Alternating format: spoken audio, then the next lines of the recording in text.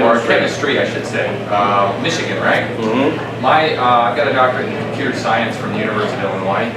Been in Austin for a little over 20 years, working mostly in semiconductors and electronic design automation. But I have been kind of interested in different technology things, and I got interested in nuclear energy very much last summer, segueing from looking at some stuff about global warming. I learned about something called the Vulcan salt reactor, and you'll hear a little bit more about fluoride salt reactors in my presentation.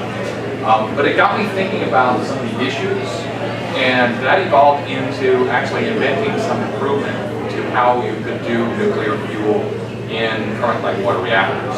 And I worked with the help of Rob, put that together, talked to some nuclear engineering professors at Texas A&M and Georgia Tech, and we put a Department of Energy SBIR proposal in on it. It's called highly thermally conductive nuclear fuel configuration. So basically, how to improve light water reactors. And I'll talk a little bit about that as well, because that's one of the issues. So that's kind of just a little intro, kind of the background. Well, why are we talking about this? Since I'm not a nuclear engineer, and he's a chemistry lecturer at UT. It's because we're really interested in this. I learned a lot about what's going on. I learned a lot about what we could actually do to make nuclear energy better. Like, there are innovations out there, but they're not actually implemented in some commercial reactors today. And there's some reasons why. So we're going to get into that, and it looks like, so then without further ado, let me introduce Robb Wilson, VP of our club, as well as a great guy. So, if you want to tweet this, you can use hashtag #ATRNuclear for Austin Tech Republicans Nuclear. So I'm going to give you all some energy stats, talk briefly about how electricity is made. Right, my place in the slides. We'll talk about the trends in water and wind and nuclear, especially in Texas. And then hand it off to Patrick, who will talk about issues with nuclear and the future of nuclear. Okay? And the goal of this is to inform public policymakers, influencers, that sort of thing. And also, so far, Austin Tech Republicans has been a club where we bring politicians in, we talk about issues from a political aspect. But it occurred to me, and so to Patrick too, in different ways, that this can go two ways, that we can help politicians and policymakers understand tech issues better. And so that's what today is about, okay? So we want to be a resource. Now this is actually an amazing graph. I'll tell you the parts about it you need to pay attention to. But it basically lists all the different kinds of energy that are sources of energy and electricity for the US. And then it talks about how much of each one goes to different aspects. So we've got solar, nuclear, hydro, electric, wind, geothermal, natural gas, coal, biomass, and petroleum. And you can see that most of petroleum actually goes to transportation industry, some is industrial. All of nuclear pretty much goes to electricity generation. And then this gray thing says how much waste there is compared to how much use. So there's actually a lot of inefficiency in how we generate electricity. The total and estimated energy use from all sources is 97.4 watts. Now, watt, These salads already go out? I didn't get anything back. So, what that means is you're just thinking about things in terms of kilowatt hours, and most of y'all's houses probably have between 1,000 and 2,000 kilowatt hours used per month, give or take. So that gives you an idea of scale. Okay. What we're talking about here, 97.4 quadrillion BTUs is 28.5 trillion kilowatt hours. That's how much electricity we produced in the U.S. last year. Okay. So that's almost 30 trillion kilowatt hours, which comes out to something like 30 billion homes or something like that. Okay. That's how we're generating.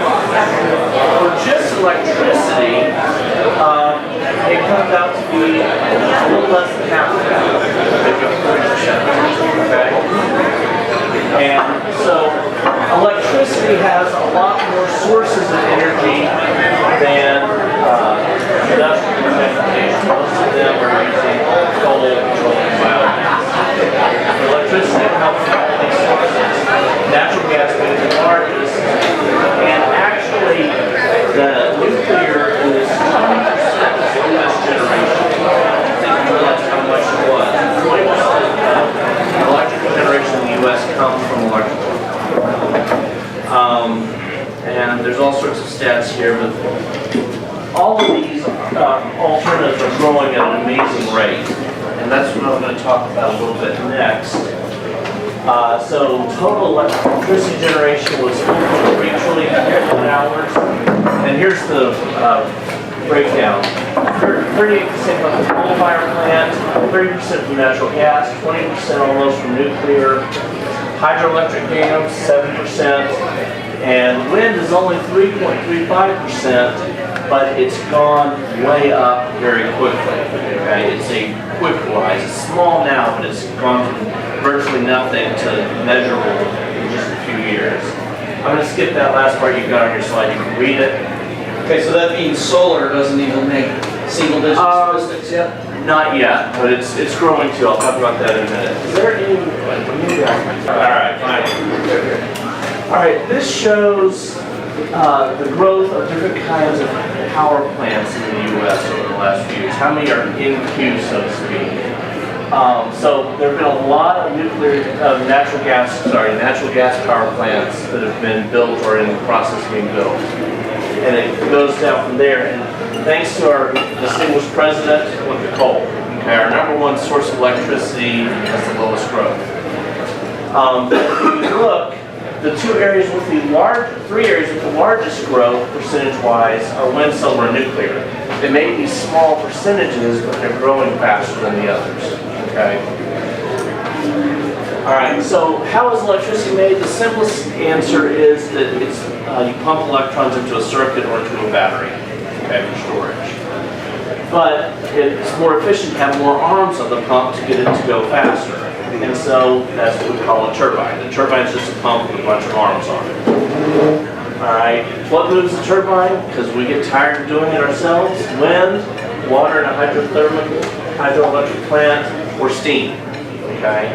Most electricity is generated by steam-powered power plants. So how do we do that? Either coal, natural gas, or nuclear. Okay. And if you look at the pictures of the plants, they're all very similar. Okay? They're all near water, they all have smokestacks, they all have other buildings around. So the differences between power plants aren't that big of a difference. Okay? The only thing that's different is how we make the steam. Okay? Yes, there's some design differences, but fundamentally it's most basic. Here is your generic steam power plant. It happens to be a nuclear power plant, but it's got 5 parts. The biggest part is converting liquid water to steam, which then the steam powers the turbine, which then powers the generator, which then transmits the electricity. Then you cool the water and heat it back up again and start the cycle over again. That's all a power plant does. Okay? At a very fundamental level. Where the main differences are is how we choose to get the water. Okay? Patrick's going to spend most of his time talking about that. Okay? Brief talk about wind real quick. You can see how fast wind has grown over the last 20 years, 30 years. Okay? And this green bar right here is the U.S. growth. And you can see the U.S. contribution is very vast. China's even larger, but we are embracing wind. Okay? And within the U.S., we are the #1 wind generator. And we can power 3.3 million homes just on our wind generation. Okay? And this graph here, this map, shows where the highest wind is in the U.S. And we are in the windiest corridor. This is because we've got the Rocky Mountains, the Appalachians, and the those arcs, there we go, sort of funneling the wind from the North Pole straight through the plains, where there's not a lot of contour to get in the way. So this is why the Midwest is so windy. Okay. All right, we're the state with the largest electricity load. Okay, we need more electricity than anybody else. And we have the most installed wind capacity. Also, we generate the most electricity from wind. There's a difference between having capacity and actually generating it. And we have both, we top of both. You may have heard of ERCOT, receives 10% of its electrical generation from wind last year. Okay, so we're generating a whole lot of new capacity. We have all the top states for wind capacity set records for generation. So we're using what we generate. And let's see, wind costs are going down because of innovation, mainly due to bigger turbines and other things as well. And that's important because Patrick's going to be talking about innovation in nuclear. And this innovation is causing the cost of wind electricity to go down. Okay, so there's 39% to 24% reduction based on innovation. Types of innovations: scale, making them bigger, using better advanced materials, being more efficient in our design, making our designs more robust, able to withstand environmental challenges, using modeling before we build to avoid mistakes before we get built, and then using instrumentation to monitor and improve things. And I'm spending time on this because Patrick's going to spend time showing how we're doing the same thing in nuclear. All right, so someone asked about solar. Solar electricity is going down in terms of how much it costs to produce electricity over time, pretty dramatically. And there's been a lot of innovations in that going on too. In fact, in some cases, it's still a lot more expensive than wind, coal, or natural gas, but it's coming down a lot faster than they are. Okay. Petroleum is largely due to regulation. Petroleum, natural gas, and coal are going up in cost, largely due to regulation. Okay. And again, just to point out that nuclear is growing significantly in its use, but it's at a slower rate because accidents raise fears, cost of buildings is prohibitive, and R&D is expensive, resulting in less innovation and less implementation. But people have modeled where electricity, what are the different scenarios in the future for how electricity is going to be distributed. In every scenario, we need more nuclear. Here's current nuclear need, here's projected nuclear need by two different models. So it's doubling. Our need for nuclear is at least doubling. So even though it's a small fraction, we need to pay attention to it. Okay, we're the world's largest producer of nuclear power in spite of all the controversy. We produce a third of the world's nuclear power. We have over 100 nuclear reactors, and almost 20% of total electrical output. And there's been a 30-year hiatus in building plants, but we've got 6 new units coming online in the next 6 years, and even more after that. One thing that's jeopardizing that is the lower gas prices due to fracking. But the Nuclear Regulatory Commission and other governmental agencies have been realizing that they need to work with innovators and stuff to try and reduce some of the regulation and encourage some of it. So there is some hope for some partnerships between industry and government agencies. And just as a reminder, here's basically what we call a light water nuclear reactor, which is the current design. And before I turn over to Patrick, what basically happens is you've got 3 independent but interrelated water cycles here. You've got the water that is actually directly being heated by the nuclear waste. It is radioactive, but it's piped through the steam cycle, but they don't mix. So the steam cycle is non-radioactive because it's isolated. It's just thermally conductive between the two. And then there's cooling water that cools the steam cycle back down. Okay.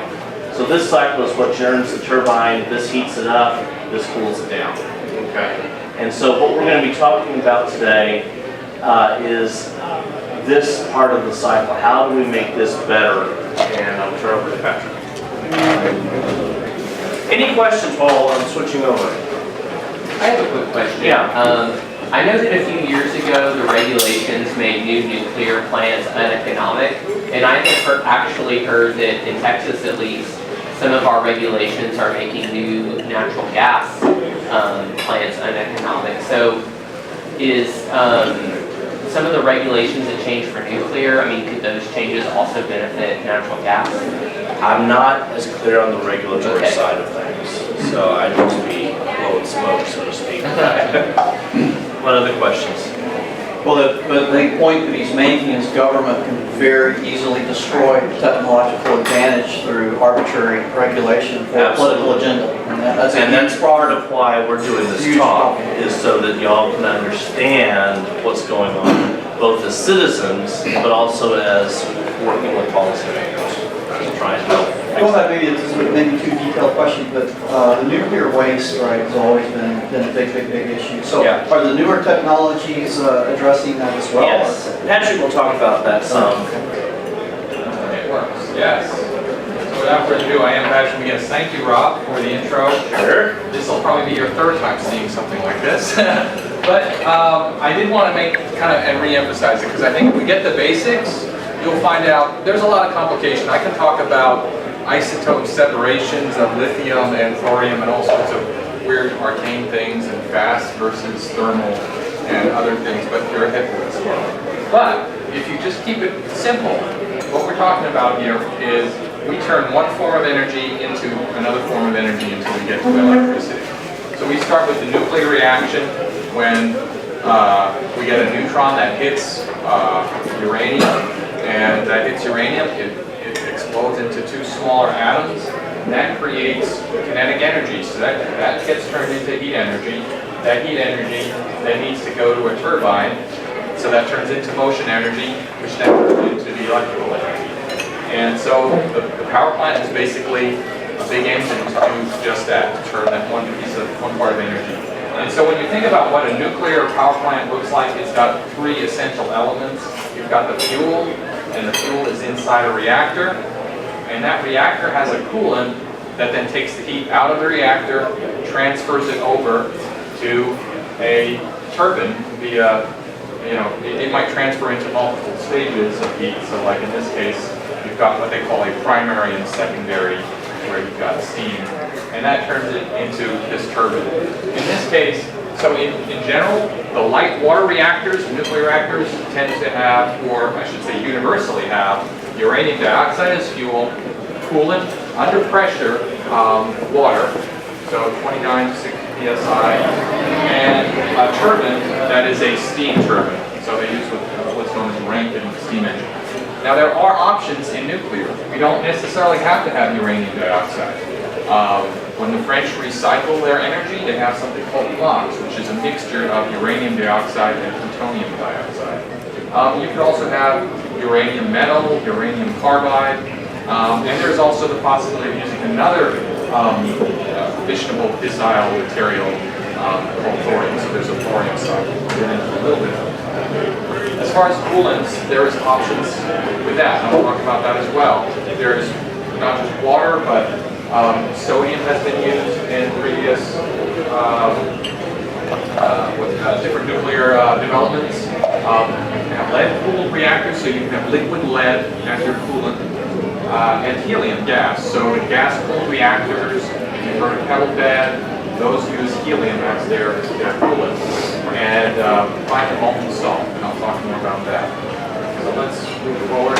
So different reactor designs, you can have different coolants, you can have different kinds of engines. Steam engine could be steam turbine or gas turbine, but the same basic flow of energy from the nuclear reaction through the coolant to the turbine.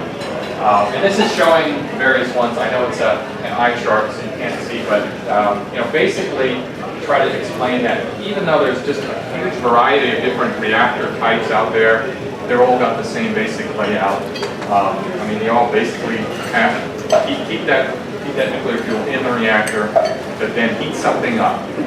And that brings up the point that there's really two essential things you have to take care of in a nuclear reactor. One is the nuclear reaction itself and how what they call the neutron economy is working. And the second part is thermal management. Let me just verbalize what you missed. The three slides you missed, and I'll go right to this. Which is that, to Robb's point, and I had some nice pretty charts that basically showed a huge ramp up and build out. We have about 400 nuclear reactors globally, worldwide. Most of those reactors were built in the 1970s and 80s. There have been additional build-outs since then in various countries. In the U.S., there's been none. Since 3 Mile Island in 1979 until about 2007 or so, there was no new request for plants. Since 2007, as Rob mentioned, I think we're up to about maybe 5 or 6 plants. There's a couple in Georgia, South Carolina, some other places. So now we're building some, but really small and slow. And so, it's kind of reflected in the, okay. Let's Go to the next one? Yeah. Okay, yeah, this is what I was saying. So, yeah, there was a huge build-out, and 3 Mile Island, and after that, so France was building, US, after that, there's been kind of very gradual, slow growth. And that has resulted in, actually, since 2000, about 2010, Pretend I'm in 2008, a decline in the share of energy that's served by nuclear. So nuclear in the global energy share is about 40%. As Rob mentioned, in the US it's about 20%, and it's stable. It's not growing, it's not going down. The shocking thing I read as we were kind of researching for this, there was $250 billion of spending on the renewables. As he showed, a lot of wind, solar capacity. The CapEx for the nuclear power industry, that's capital expenditures, where nuclear is all about capital, $8 billion. Hardly anything. And all of that CapEx, most of it, what they're able to do is they're able to make they call upgrades. They're able to have more power on the same plant by making some internal improvements to make them do that. So a lot of power plants have been doing that. But we're at about 100 power plants, and again, in the world, it's going slowly. Now there is a build out. Well, before I get to that, this is why I believe, and this is, we'll show another chart.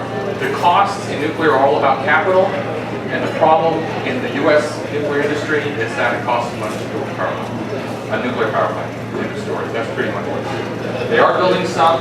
As I mentioned, the one in Georgia, if you can see this, and I'm sorry, all these charts are a bit of an eye chart because of the resolution. But this is dollars per kilowatt hour, and what they're saying is, it's kind of 4,000 to 5,000 per kilowatt hour. But here's the shocking thing. There are other countries who can do it for less and are doing it right now. Number one is China. The biggest builder of nuclear power this decade is China. 28 out of 72 plants being built. Their costs are $1,500 to $2,500 per kilowatt hour. And some critics, well, we can't do that cheap labor. Wait a second. If you go back and look at the U.S. charts, in the 1970s, we were building at that level, at that price point. So it's not that this isn't possible. It's just, for some reason, we're not doing it here. China's building out, this is the example, 2,100 per kilowatt for a reactor. There's South Korea, so not just China, but if you look at other Asian countries, they're also building out. So South Korea, they're doing it, and they're managing to do it for less. So there's something that's going on here. To repeat what Rob was saying, we do need nuclear. Any scenario that shows, hey, let's handle the greenhouse emissions issue, or let's manage to have energy security where we actually can supply all our own electricity. There's no scenario that says get rid of nuclear. I mean, there may be some people who will claim that or believe that, but they will not give any realistic scenario that keeps cost-effective and efficient power that we need for everybody. The world will probably double its electric needs, double its by 2050. That's what most scenarios are showing. And if we double it, we're going to need to double the amount of nuclear. So what's holding nuclear back? There's really three main issues: waste, safety, and economics. And in terms of the order, I'm trying to point out that really the driver is economics. People talk about waste, but I'll talk about these in order and kind of explain kind of what's going on. Of course, any new nuclear nuclear technology is going to have to address all of this. And people are saying, well, I don't think we should do nuclear because of X. Usually they're saying because of the way we're doing it today. And the fact is that we can improve on all of these things with various innovations. I mean, that's the bottom line, President. I'll talk here. Now, to talk about the issue, let's just talk a little bit about the nuclear reactions. Again, just trying to keep it enough information to be dangerous, but not to get too deep in the weeds. But commercial light water reactors mostly use a certain form of uranium-235, and the reason why is because if you hit it with a neutron, it will fission and it will create energy. And that's great. That's easy. The problem is what this pie chart is showing is that in nature there's not that much U-235. Most of the uranium is in a form called U-238. Now you can use U-238 as well, but to use it you have to turn it into plutonium.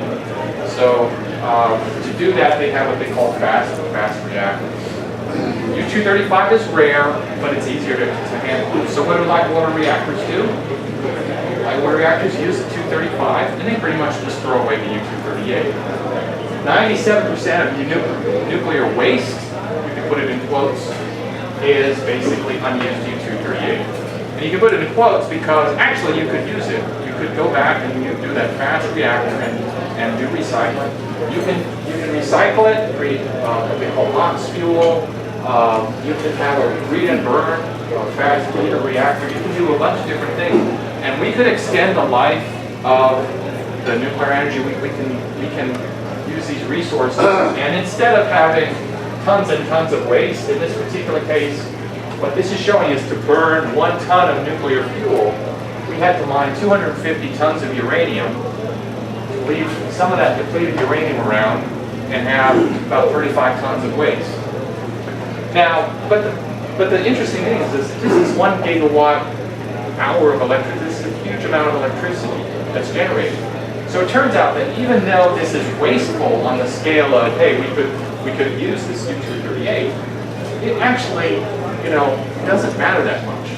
If we did this cycle, if we used U-238, it wouldn't really lower the costs because fuel only costs about 5% of the total cost of nuclear energy.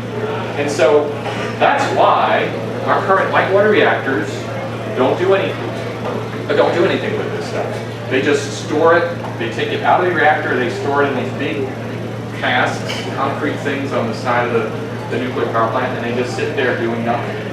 And if we wanted to, we could ship it to some cavern somewhere, like Nevada, and West Texas.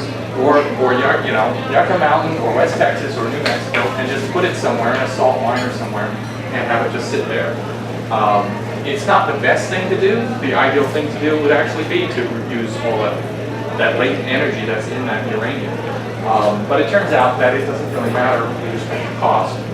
And it doesn't really matter also with respect to other things like safety or environment, because in the greater scheme of things, it doesn't take up that much space, it doesn't cause that much level of risk. But there is a net perception of, well, what do we do with this stuff? Why can't we sell that to somebody else? Why wouldn't someone buy that? Because the cost of separating it, think of it like other garbage. Why would people want to buy garbage, right? Right. People recycle things that have more value than it costs to do the work to separate them, right? So people recycle copper, or they'll definitely recycle gold because it's easy to get something really valuable. But certain types of used things and waste are hard to recycle. I heard there's a big problem with old television sets because nobody needs them anymore, and parts are just what do we do with them? In this particular case, the real problem is that when you get it right out of the reactor, it's highly radioactive. So that means it's very hard to handle, which means that's expensive. It's also right? exactly the stuff that dirty bomb. That was my question. If we were to sell that, it would have no. Where it's going. Yeah, it would So, sense. but my personal view is that that's a bit of a misnomer, because if you're trying to make a bomb, it's hard to make anything good with it. including that because it's so hard to handle. But is that what the- So for example, this idea like, oh, we worry about proliferation risks. Okay, that's a theoretical risk, but if you look at the history of 400 nuclear commercial power plants around the world for 40 years, no one's ever done it. No one's ever gone out and tried to steal this stuff because you create, It's too hard for the terrorists to use it. They exactly. use easier stuff. Exactly. Trust me. You go to get some fertilizer. It's a lot easier than just killing yourself trying to handle this stuff. Thank you. Another question? Yeah. Yeah, are you sure that U-238 isn't just waste? My understanding is that when it's bombarded with a neutron, it absorbs it, and then becomes plutonium, which is fissionable. Wait.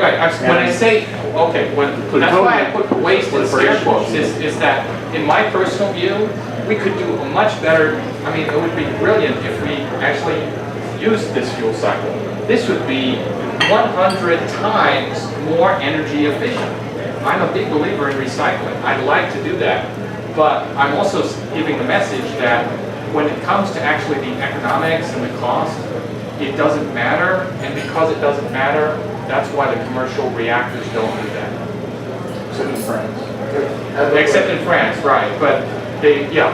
Alright, let's say we can wait on that. Let's say we just have a magic button and we can remove the president's regulation up to the point that make this not possible.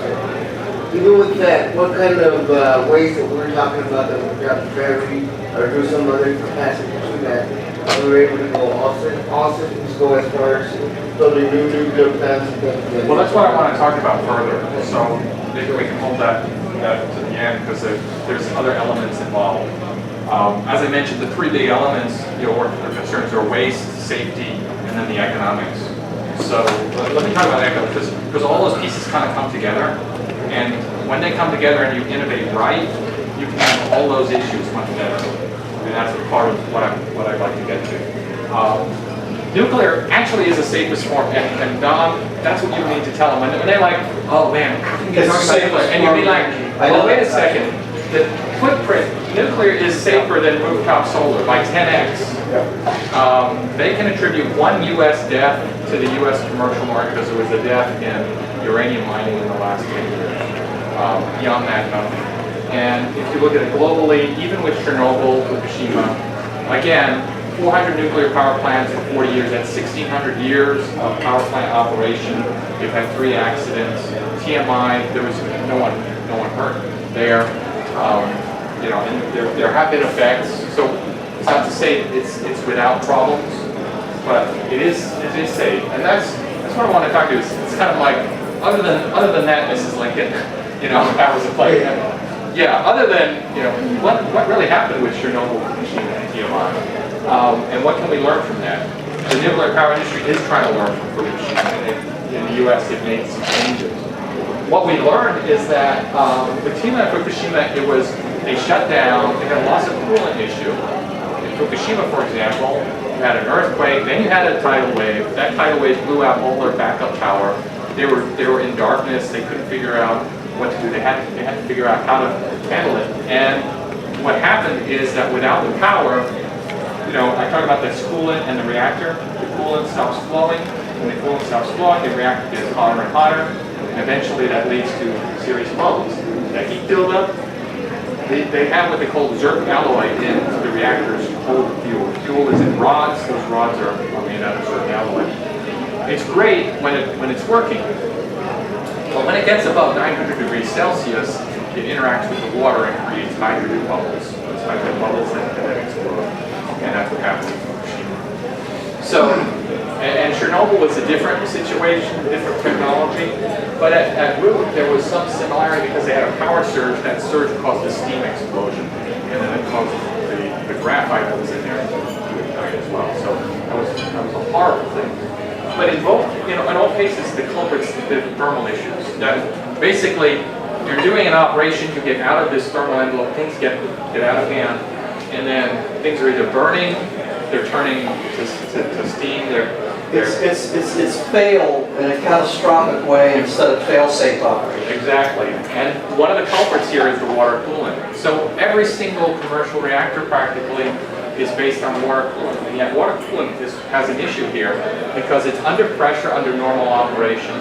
And the natural tendency of water is to boil, as you all know, at 100 degrees, well below this temperatures that we're talking about. There's just to point out, there's a big difference between Chernobyl and the other ones. There's graphite in Chernobyl is used as a moderator, whereas water, U.S. commercial reactors is used as a moderator for. That's true. That's true. And I thought, oh, well, that means graphite's a horrible moderator. But it turns out graphite is a fine moderator. It doesn't actually burn. It's the way it was designed there. And I say it's a fine moderator because if you look at other, like gas-cooled reactors, they do also use graphite as a moderator. But you're right, graphite as a moderator was one of the problems and other design. And that's the other thing. This is Fukushima, built in 1960s, TMI in 1960s, Chernobyl, built in the 1950s. This is technology that is really old. We can do better, and we are doing better. There are some things we're doing, well, we'll get into what we're doing better. Anything else on that? Well, the reason Chernobyl was so bad is it had No containment, yeah. Has Well, yeah, anybody here? they had it built, but it actually, the steam like blew it off. There was no So- containment. No, so it wasn't didn't have contained, it was a proper- metal, it was a steel building. Has anybody been, I've been to Chernobyl. I was there in the summer of 2004. Just 100 yards from the blown up plant. And it was a joke. Yeah, there was no safety, no containment. But the fish there are 6 feet long. They're fine. Yes, that So I'm talking about waste, let me talk about cost. And I think the big simple picture here is construction costs, capital costs drive nuclear power plants. It's that simple. They're expensive to build, they're cheap to operate. So we're talking about 70 to 70%. If there's ways we can reduce that's what we want to do. So one of the newer designs, the evolutionary design, is the 18000. They're claiming that they can get less cost by reducing a lot of the materials in the system. The light water reactors have this inherent issue. As I mentioned, the light water reactor has that water under pressure. So high pressure means a lot of pipes, valves, a lot of materials needed to keep that under control, so to speak, and active controls as well. But this is trying to improve it. But we can do even better than that. And going back to what Robb talked about with the wind, that there were certain specific types of innovations they were using, and we see the same thing in nuclear as well. What I mean by that is the key drivers here, safety and economics. To really improve things, we need to have better materials.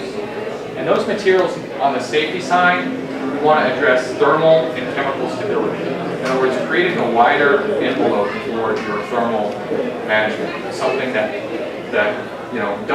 doesn't melt at a low temperature but can withstand higher temperature. So that's why I mentioned composites. For example, silicon carbide. If you use silicon carbide instead of zircaloy as your rod, that thing would survive until 1500 degrees Celsius. So you wouldn't have the problems that I just mentioned. And better cooling. So I'll talk a little bit more about fluoride salts, FLiBe, and a few other things, where you can also have that wider thermal envelope. As far as economics and kind of combining that with the safety, if we can have modular reactors, smaller reactors can have better safety margins, but they also could be more efficient perhaps if you cost reduce or do a factory builds. And the other thing that drives the economics is the efficiency. If we can get more electricity out of the same amount of thermal energy or the same amount of nuclear, then we effectively reduce the capital costs. And we can do that if we run nuclear power plants hotter. What I mean by that is the light water reactor, that steam drives that turbine at about 400 degrees Celsius. They have these other designs with the very high temperature reactor that go to 700 or 800. When you have a higher turbine, you have higher electrical efficiency. You convert more of that heat energy into electricity. So getting more efficiency is key for improving the economics. And last but not least, the modeling and instrumentation.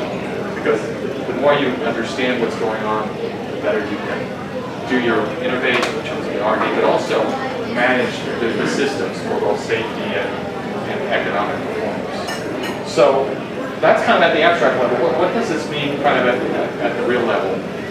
If you look at kind of the question of, well, what's the best coolant out there? This chart, I'm sure this is an eye chart, but I saw this and I mentioned it to you. It's like, this hit me as like, now I know why this is the best coolant. Because I was studying lead-cooled reactors for a while, and why are they adopting it? Lead is a wonderful, wonderful coolant. It is liquid from about 200 or 300 degrees, no, I don't be more specific, 328 degrees, and it melts at 1750, means it's liquid. It is really, really safe. No matter what you do, that thing will stay liquid.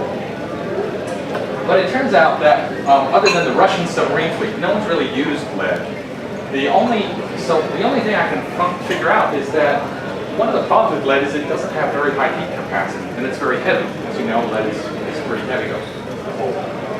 What you really want in an ideal coolant is you want thermal stability, and you want it to be liquid, because liquid is the best way to transfer heat. Solid is hard because it doesn't go anywhere. Air is hard because it doesn't hold that much heat. In fact, this chart is showing helium, and I know it's an eye chart, so you can't see it, but anything that's air will not hold as much heat compared with liquid in the same amount of volume. So, so low pressure. Transparent would be great. Water is good because you can see through it. If you can see through it, then you can see what's going on. And then you really want high heat capacity. Because ideally what you want is, you want to bring some material into the reactor, heat it up, and ship it out. And the more efficiently you can do that, the more efficient your overall plant is and the cheaper it is. And you also want, at least for nuclear, you want what's known as the low neutron process. That means you don't want it to interfere with the nuclear reaction to get it away and absorb the neutron and stop the reaction. Well, it turns out all these features are exactly what that chemical at the top, lithium beryllium fluoride, has. And it has higher heat capacity even than water, which is pretty close to ideal. It's not super like perfect, like you have to get your lithium right, so you have to do an enrichment, and beryllium is toxic, but this is fabulous coolant. So it turns out some folks have come up with something called the fluoride salt-fluid reactor. And they built on something that was actually done 40 years ago, the molten salt reactor. As I mentioned in my pre-talk, I got into this whole maker just reading up and learning about it. And if you can Google for molten salt reactor, there's a company called FLiBe Energy that's doing this stuff.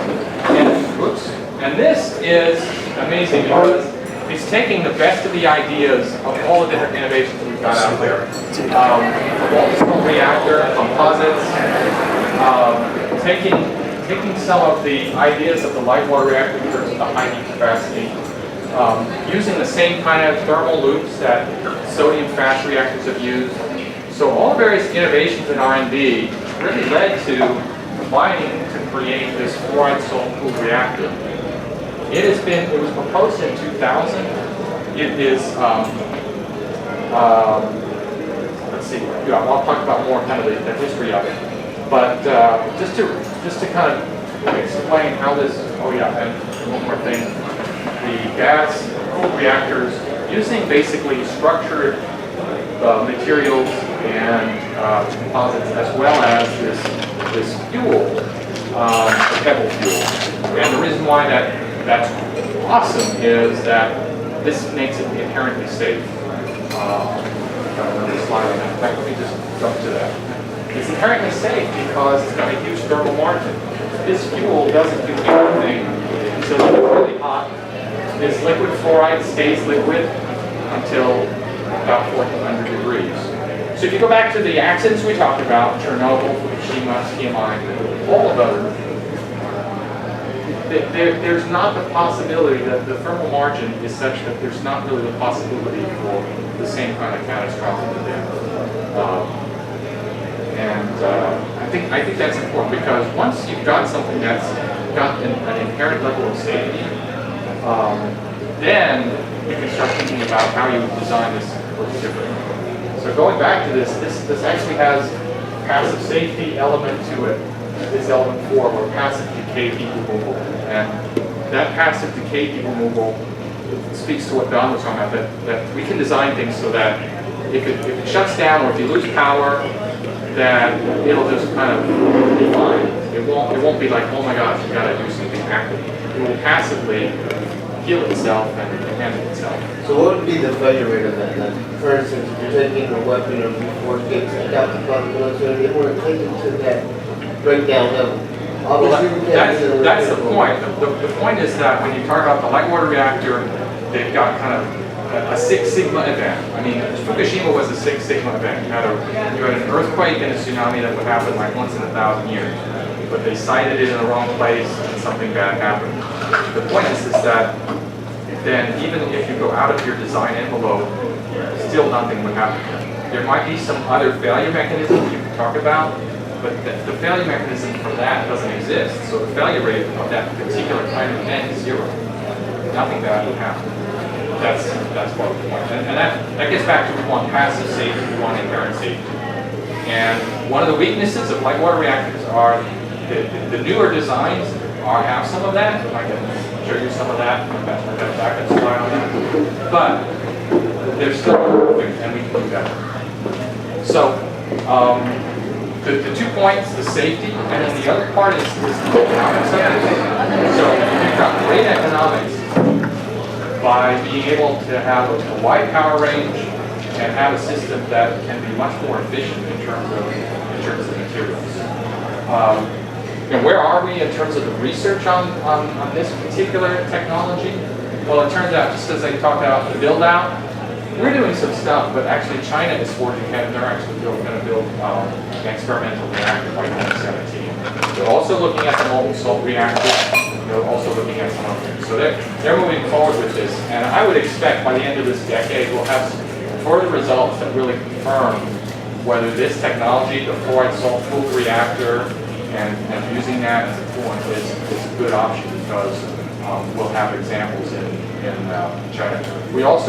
There's also some work, some universities are working together to get a test reactor here in the US.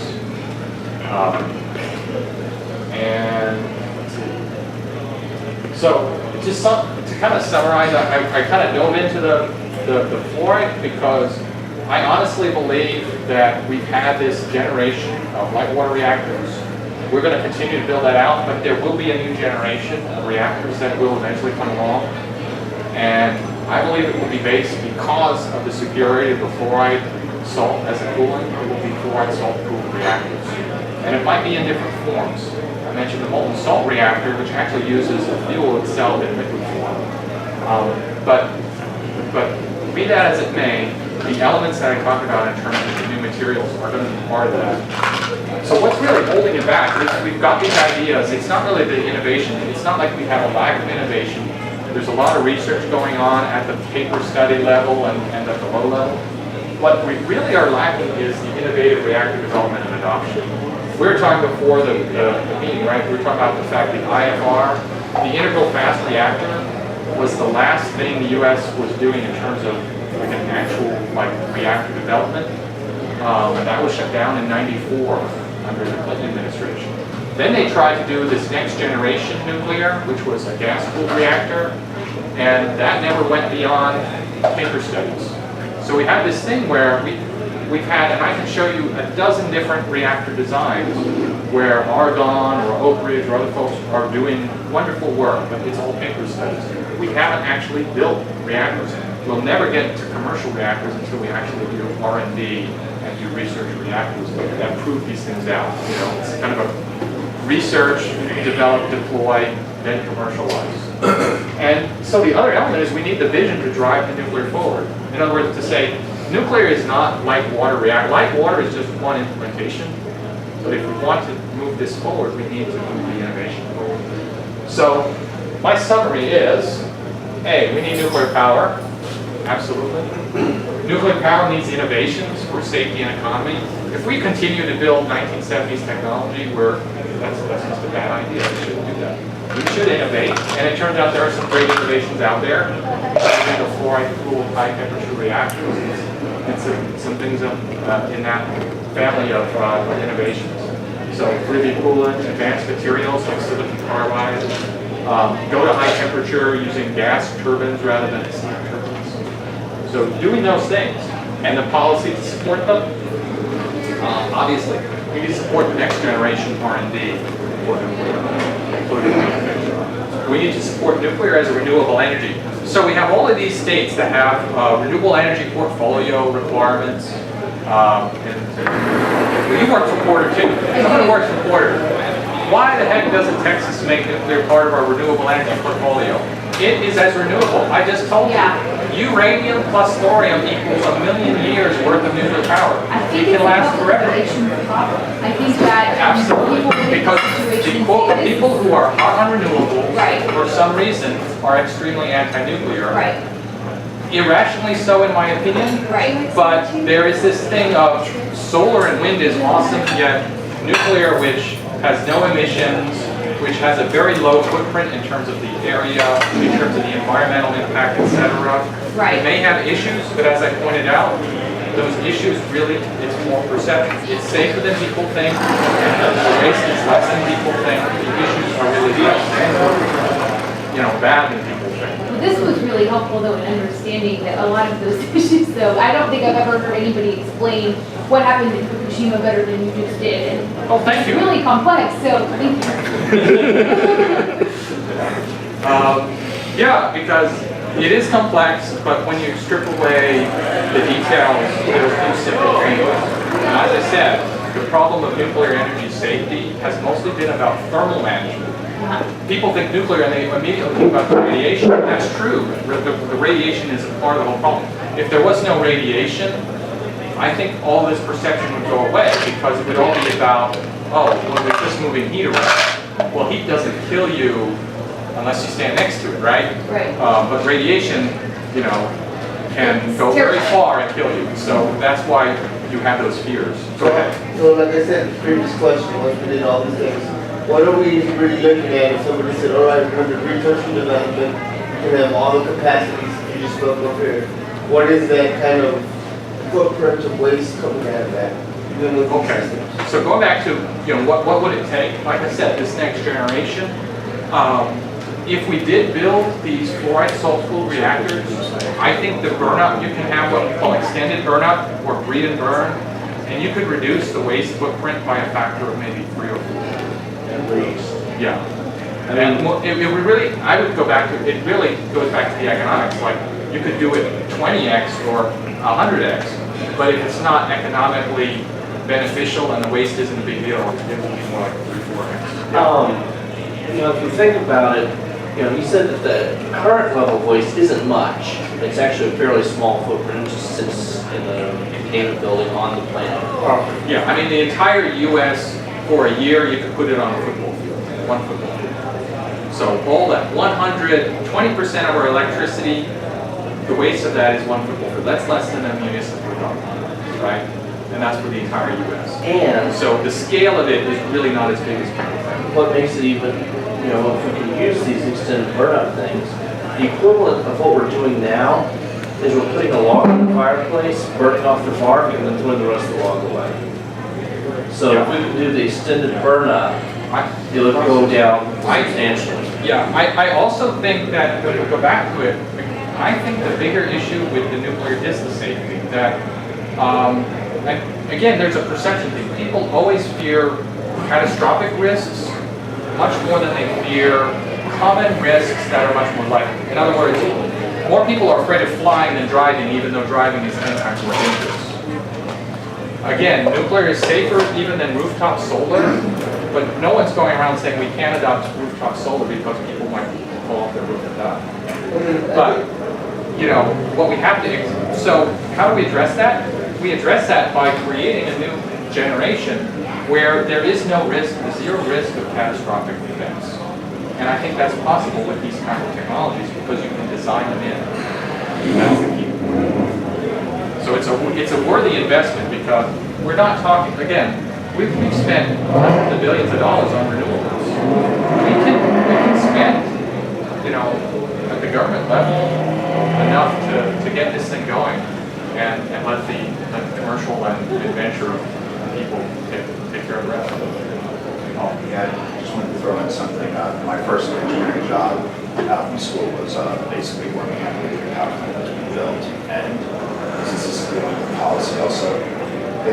CapEx is huge to build a plant, but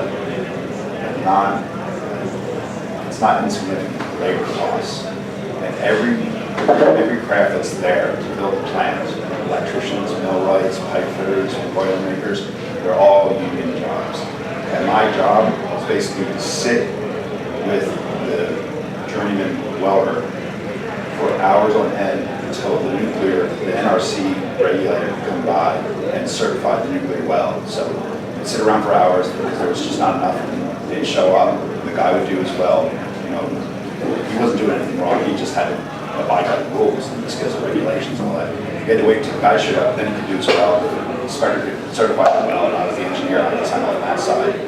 So there was a lot of that, and then you gotta be careful how you write the specs because, you know, you have a nuclear power plant, well, there's bathrooms and water fountains in the power plant. They carry water.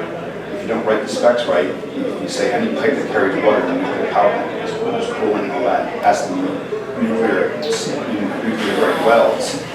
I sat around for a water fountain pipeline for 3 floors because I had a nuclear certified well because it was carrying water inside the actual building. So you actually needed a regulator to come on site to look at a well?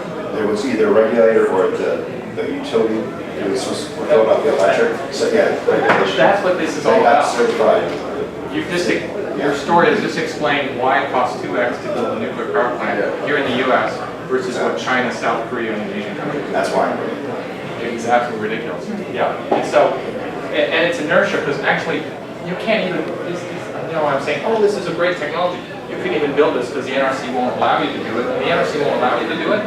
Why? Because they haven't made the rules that say you can. So it's going to actually be a 10-year battle between the researchers and the folks to try to get the NRC up to date.